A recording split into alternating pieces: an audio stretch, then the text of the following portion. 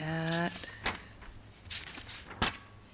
where the chapters with various devotees, and today is November 9th, 1884.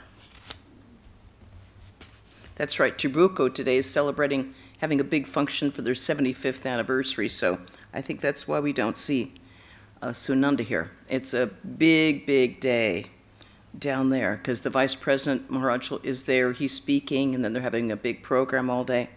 Okay, so here we are. It was 10 or 11 o'clock at night. Sri Ramakrishna was sitting on the small couch, resting against a pillow. M sat on the floor. The master was conversing with him. A lamp burnt on a stand near the wall. The master felt great compassion for his devotees. He wanted to bless M by accepting his personal service. Master, my feet ache. Please rub them gently. M seated himself on the small couch and took the master's feet on his lap. He stroked them. Now and then Sri Ramakrishna would ask his disciple a question. Master smiling, how did you like today's conversation? M, very much indeed. Master smiling, about how I spoke about Emperor Akbar. M, it was very good. Master, repeat it to me. This is important because we can see here, though M didn't know it at the time, that Sri Ramakrishna is training him. He knows that he will be the person to record his words and that he will become the recorder of this Gospel of Sri Ramakrishna. So he's making sure that M is keeping everything crystal clear in his own mind. M, a fakir came to see Akbar. The emperor was saying his prayers. In his prayers, he was asking God to give him wealth and riches. Thereupon, the fakir was about to leave the room quietly. Later, when the emperor asked him about it, the fakir said, if I must beg, why shall I beg of a beggar? Master, what else did we talk about? See, he's checking him.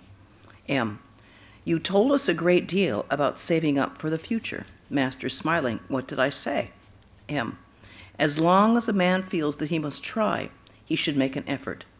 How well you told us about it at Sinti. Master, what did I say?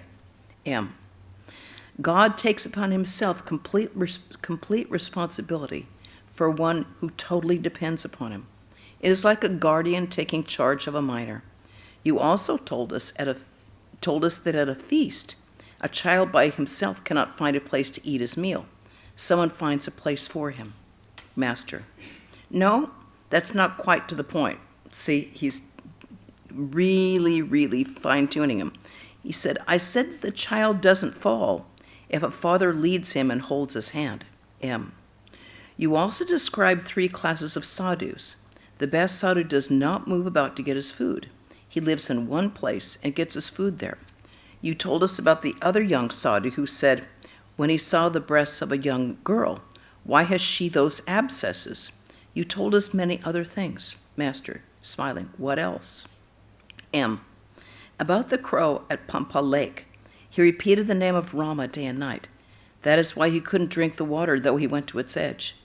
And about the holy men in whose book was written only Om Rama, and what Hanuman said to Rama. Master, what did he say? M, Hanuman said to Rama, I saw Sita in Ceylon, but it was only her body. Her mind and soul were lying at your feet. And about the Chatak bird, he will not drink anything but rainwater. And about Jnana Yoga and Bhakti Yoga. Master, what did I say about them? M, as long as one is conscious of the jar, the ego will certainly remain. As long as one is conscious of I, one cannot get rid of the idea, I am the devotee and thou art God. Master, no, it is not that. The jar doesn't disappear whether one is conscious of it or not. One cannot get rid of the I. You may reason 1,000 times, still it will not go. M remained silent a few moments. M, you had that talk with Ishan Mukherjee in the Kali temple. We were very lucky to be there. Master, smiling, yes, yes. Tell me, what did I say? M, you said that work is only the first step. You told us that you had said to Shambhu Malik, if God appears before you and you ask him for a number, will you ask him for a number of hospitals and dispensaries? You said another thing. God does not reveal himself to a person as long as he is attached to work. You said that to Keshav Sen. Master, what did I say? M. As long as the baby plays with the toy and forgets everything else, its mother looks after her cooking and other household duties. But when the baby throws away the toy and cries, then the mother puts down the rice pot and comes to the baby. You said another thing that day. Lakshmana asked Rama where one could find God.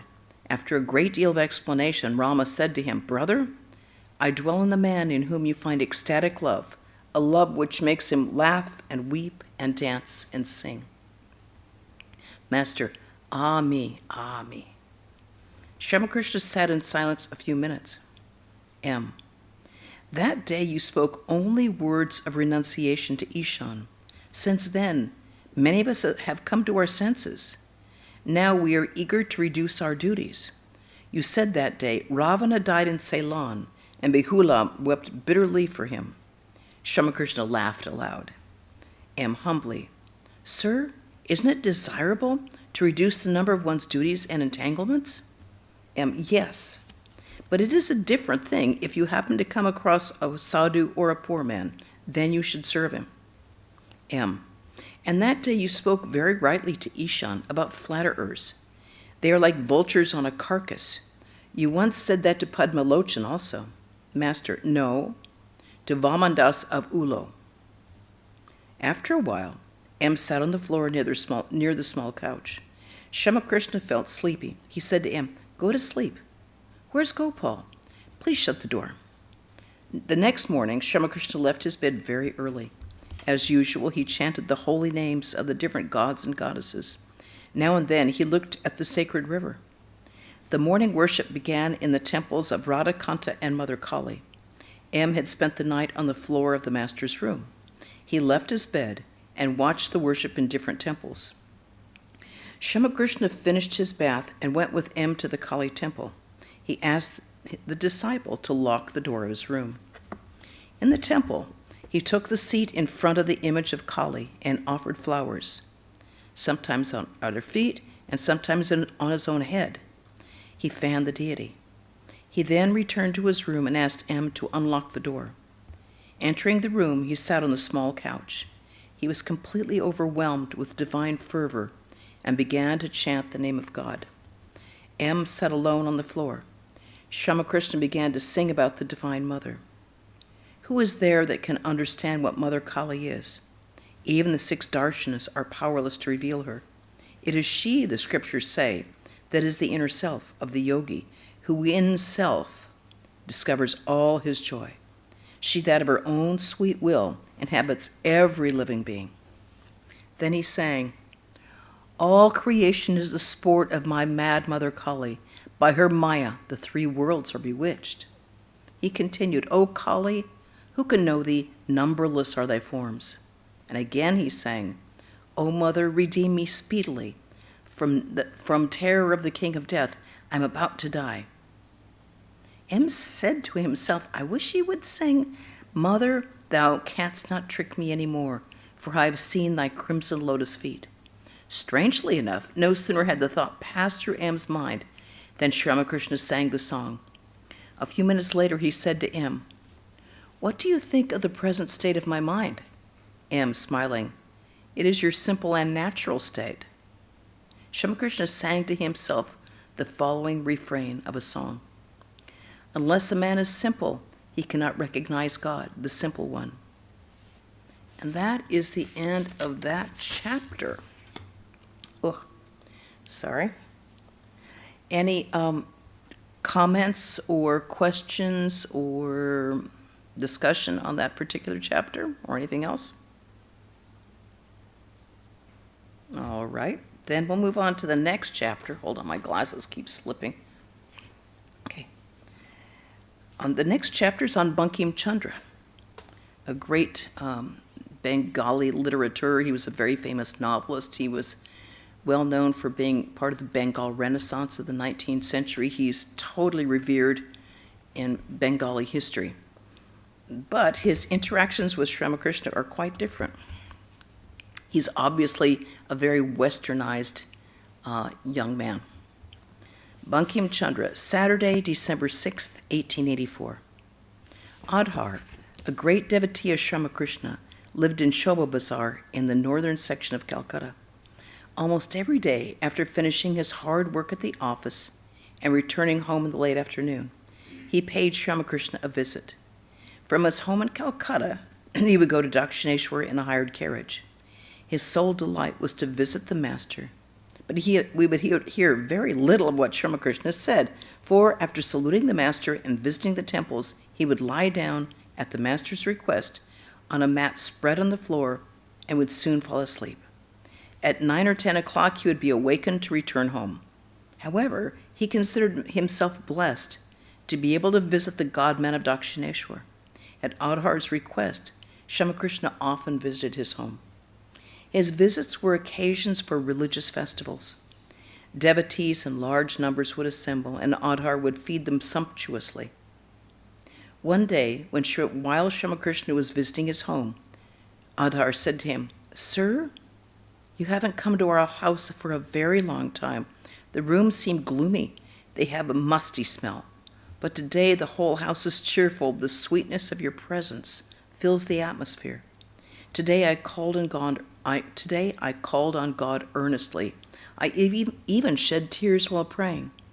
"Is that so?" the master said tenderly, casting a kindly glance on his disciple. Sri Ramakrishna arrived at Adhar's house with his attendants. Everyone was in a joyous mood. Adhar had arranged a rich feast. Many strangers were present. At Adhar's invitation, several other deputy magistrates had come. They wanted to watch the master and judge his holiness. Among them was Bankim Chandra Chatterjee, perhaps the greatest literary figure of Bengal during the latter part of the 19th century. He was one of the creators of modern Bengali literature and wrote on social and religious subjects. Bankim was the product of the contact of India with England. He gave modern interpretations of the Hindu scriptures and advocated drastic social reforms. Sri Ramakrishna had been talking happily with the devotees when Adhar introduced several of his personal friends to him. Adhar, introducing Bankim, "Sir, he's a great scholar and has written many books. He has come here to see you. His name is Bankim Babu." Master, smiling, "Bankim, what has made you bent?" That's because the word Bankim literally means bent. It refers to Krishna because he's always showed us bent in 3 places. Bankim, smiling, "Why, sir, boots are responsible for it. The kicks of our white masters have bent my body." Master, "No, my dear sir.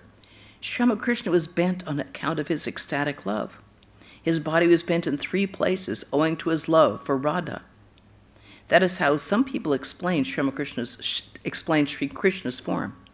Do you know why he has a deep blue complexion? And why he has such a small stature, only 3.5 cubits, measured by his own hand? God looks so as long as he is seen from a distance. So the water of the ocean looks blue from afar. But if you go near the ocean and take the water in your hand, you will find that you will no longer find it blue. It will be clear, transparent. So the sun appears small because it is very far away. If you go near it, you will no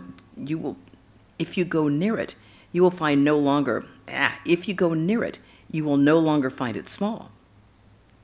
When one knows the true nature of God, he appears neither blue nor small. But that is a far-off vision. One does not see it except in samadhi. As long as I and you exist, name and form will also exist. Everything is God's leela, his sportive pleasure. As long as a man is conscious of I and you, he will experience the manifestations of God through diverse forms. Sri Krishna is the Purusha, Srimati, that is Radha. And Sri Krishna is the Purusha, Srimati is his Shakti, the primal power. The two are Purusha and Prakriti. What is the meaning of the Yugala Murti, the conjoined images of Radha and Krishna?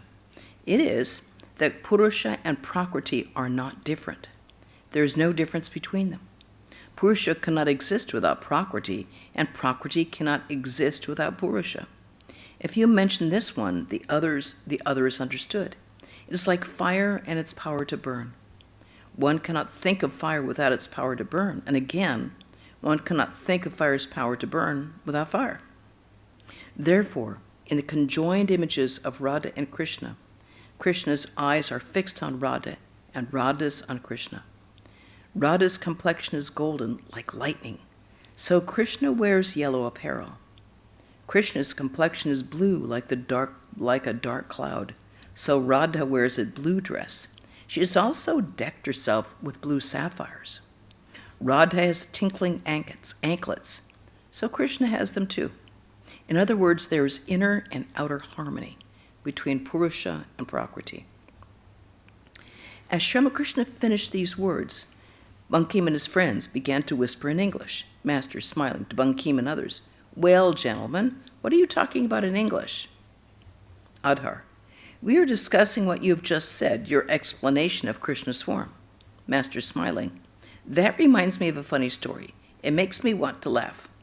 Once a barber was shaving a gentleman. The latter was cut slightly by the razor. He at once cried out, "Damn!"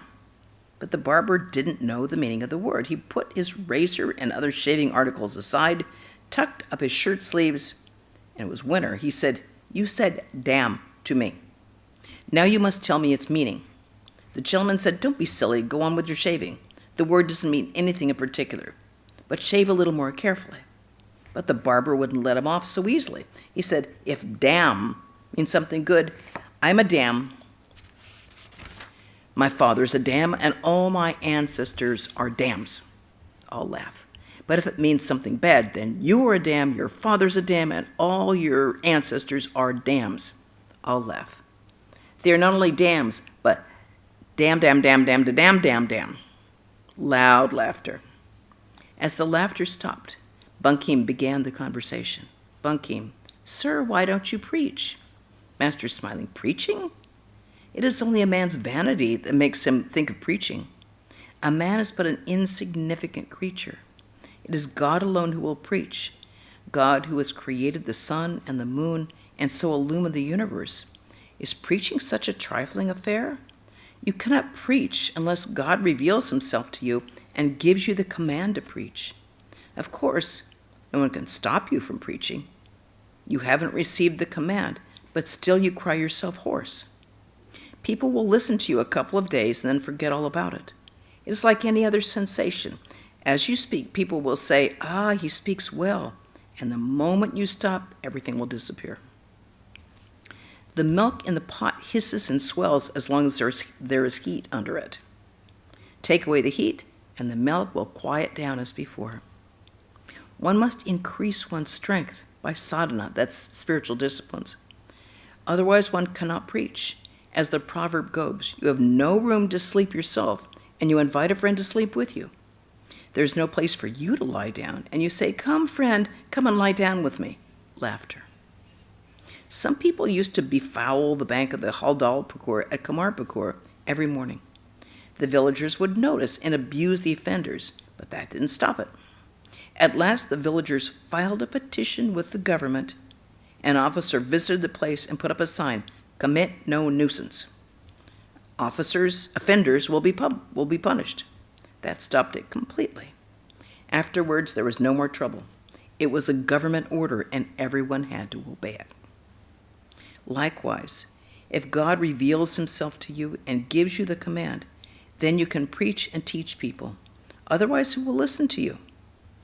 The visitors were listening seriously. Master de Bankim, I understand that you are a great pundit and have written many books. Please tell me what you think about man's duties. What will accompany him after death? You believe in the hereafter, don't you? Bankim, the hereafter? What is that? Master, true. When a man dies after attaining knowledge, he doesn't have to go to another plane of existence. He isn't born again. But as long as he has not attained knowledge, as long as he has not realized God, he must come back to the life on this earth. He can never escape it. For such a person, there is a hereafter. A man is liberated after attaining knowledge, after realizing God. For him, there is no further coming back to earth. If a boiled paddy grain is sown, it doesn't sprout. Just so, if a man is boiled by the fire of knowledge, he cannot take part in any of the play of creation. He cannot lead a worldly life, for he has no attachment to lust and greed. What will you gain by sowing boiled paddy? Monkey, smiling. Sir, neither does a weed serve the purpose of a tree. Master, but you cannot call a jnani a weed. He who has realized God has obtained the fruit of immortality, not a common fruit like a gourd or a pumpkin. He is freed from rebirth. He is not born anywhere on earth, in the solar world, or in the lunar world. Analogy is one-sided. You are a pundit. Haven't you read logic? Suppose you say that a man is as terrible as a tiger. That doesn't mean he has a fearful tail or a tiger's pot face. All laugh. I said the same thing to Keshab. He asked me, Sir, is there an afterlife? I didn't commit myself either way. I said that the potters put pots in the sun to bake. Among them you see both baked and soft pots. Sometimes cattle trample over them. When the baked pots are broken, the potter throws them away. But when the soft ones are broken, they keep them. They mix them with water and put the clay on the wheel and make new pots. They don't throw away the unbaked pots. So I said to Keshab, the potter won't let you go as long as you are unbaked. Then he will put you on the wheel of the world as long as you have not attained knowledge, as long as you have not realized him. He won't let you go. You will have to return to the earth again and again. There is no escape. You will be liberated only when you won't serve any purpose in this world of Maya. The jnani has gone beyond Maya. What will he do in the world of Maya? But God keeps some jnanis in the world in order to be teachers of men. In order to teach others, the jnani lives in the world with the help of Vidyamaya. It is God himself who keeps the jnani in the world for his work. Such was the case of Shukadeva and Shankaracharya. Bankim, smiling. Well, what do you say about a man's duties? Bankim, smiling. If you ask me about them, I should say they are eating, sleeping, and sex life. Master, sharply. Eh? You are very saucy. What you do day and night comes out through your mouth. A man belches what he eats. If he eats radish, he belches radish. If he eats green coconut, he belches green coconut. Day and night you live in the midst of lust and greed, so your mouth utters words about that alone. By constantly thinking of worldly things, a person becomes calculating and deceitful. On the other hand, he becomes guileless by thinking of God. A man who has seen God will never say what you have just said. What will a pundit's scholarship profit him if he does not think of God and has no discrimination or renunciation?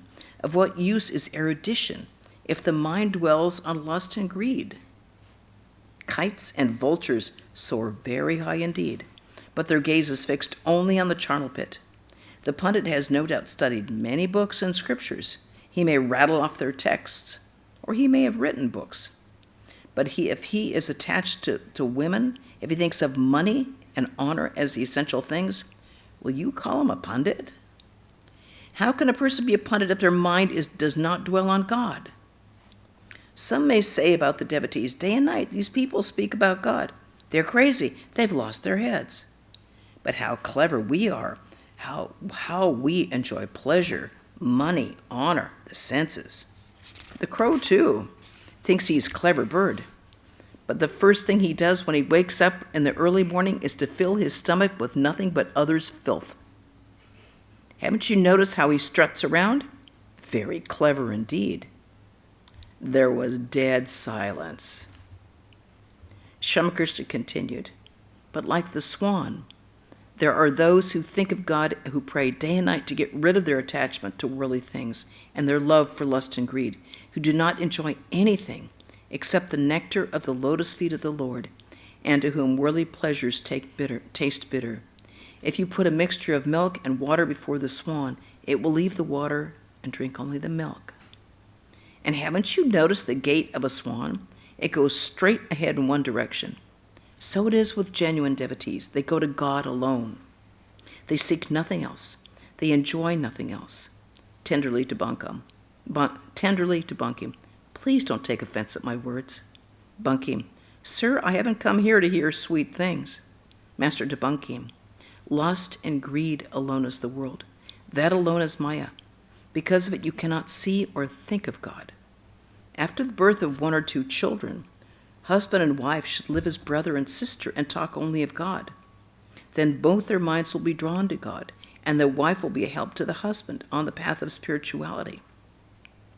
None can taste divine bliss without giving up this animal feeling. A devotee should pray to God for help in having him get rid of that feeling. It must be sincere prayer. God is our inner controller. He will certainly listen to our prayer if it is sincere. And gold. Sitting on the back of the Ganges, below the Panchavati, I used to say, rupee is clay and clay is rupee. I then threw both into the Ganges. Bankim, indeed, money is clay. Sir, if you have a few pennies, you should help the poor. If money is clay, then a man cannot give in charity or do good to others. Master to Bankim, charity? Doing good? How dare you say that you can do good to others? Man struts about so much, but if he pours foul water into his mouth and he's asleep, he doesn't even know it. His mouth overflows with it. Where are his boasting, his vanity, his pride then? A sannyasi must give up lust and greed. He cannot accept it anymore. One must not swallow one's own spittle.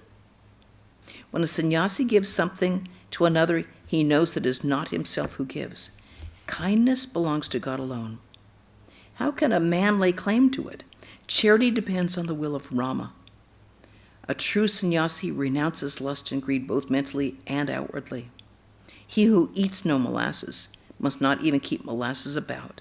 If he does, and yet tells others not to eat it, no, they won't listen to him.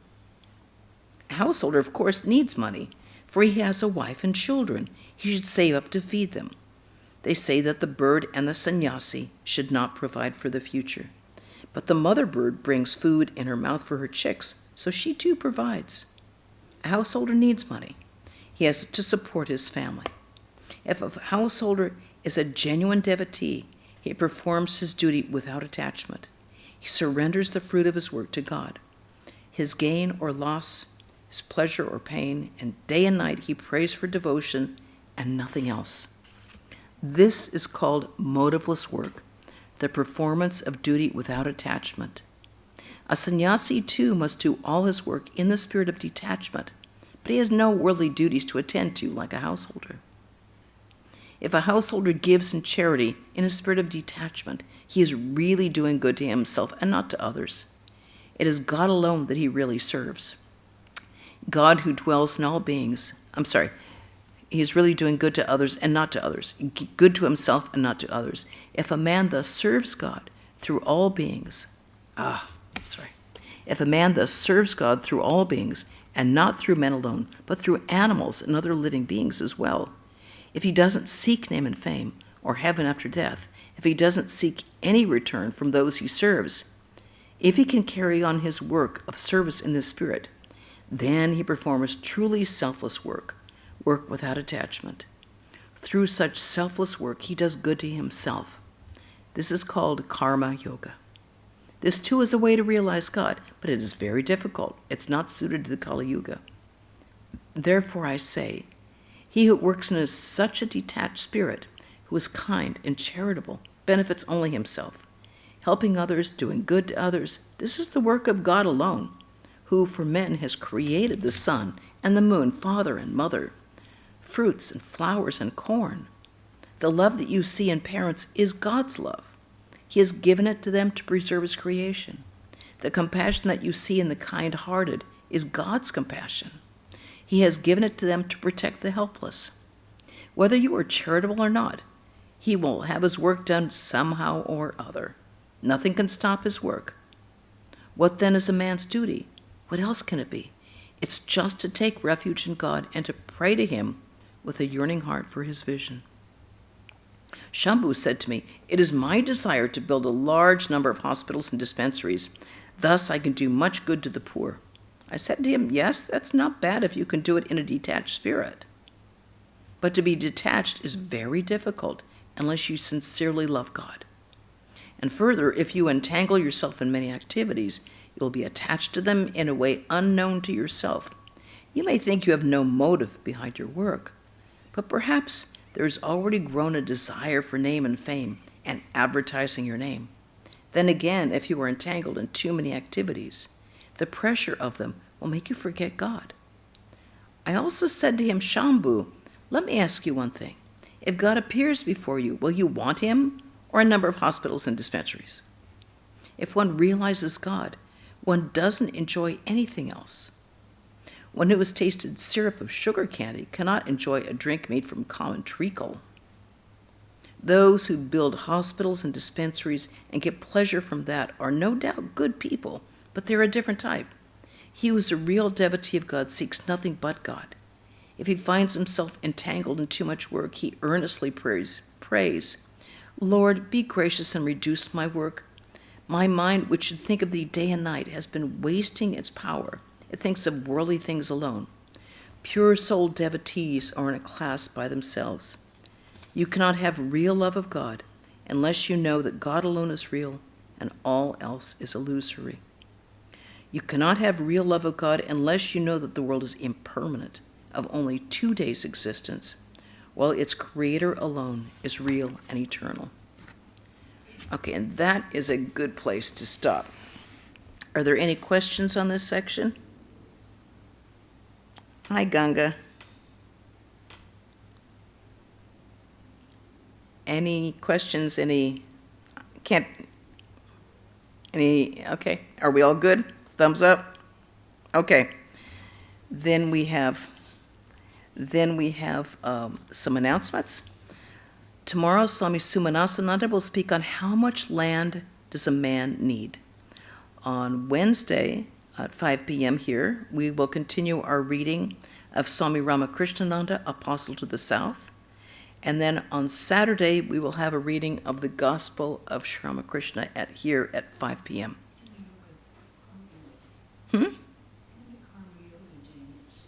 Okay, and next Saturday we will have a Karma Yoga Day. That'll be a good day when the temperature is down. Okay, so everyone prepare yourself for a Karma Yoga Day. You can fly from Florida to do it, Ganga. You can do it. Okay. Okay, then we'll conclude with a chant. Om Shanti Shanti Shanti Hari Om Tat Sat Sri Ramakrishna Arpanamastu. Thank you for joining us, and enjoy a nice, cool rest of your weekend wherever you are, and see you later. Jama.